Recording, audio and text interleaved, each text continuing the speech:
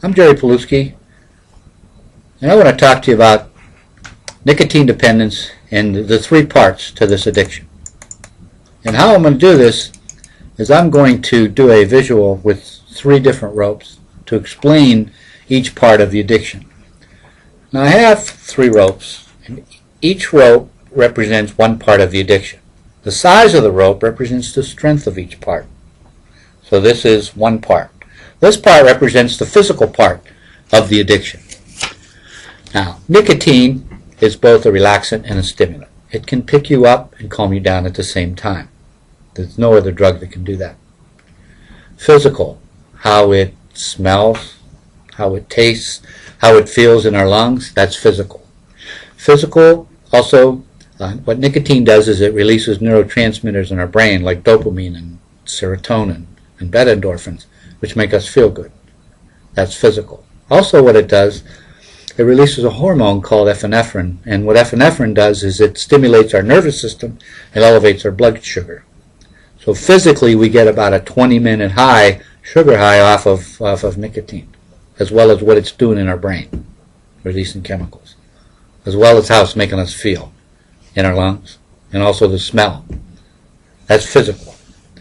Then what happens, this rope, this white rope, represents learned behavior. Now what happens when we wake up in the morning, we smoke. When we talk on the telephone, we smoke. After we eat, we smoke. Before we go to bed, we smoke. We attach things we do to smoking. That's learned behavior. That's the white rope. If I always sit in this chair and smoke, that's the white rope. That's learned behavior. So now what we've done is we've connected the physical to the learned behavior. Now, this rope, which is a very large rope, which is the strength of the addiction. This rope represents the psychological part of the addiction. So when we're happy, we smoke. When we're sad, we smoke. When we're angry, we smoke. We attach thoughts and feelings to smoking.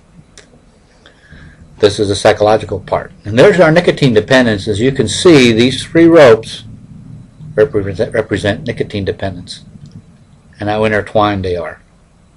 Now, what we do is we can use nicotine replacement therapy to help us quit smoking. Nicotine replacement therapy encompasses three different parts as well. One would be nicotine itself, nicotine gum, nicotine lozenge, nicotine inhaler. There's lots of different ways to get nicotine. That's one. The other one is Zyban or Wellbutrin, which is an antidepressant, which is also nicotine replacement, and which also helps folks to learn how to live without nicotine.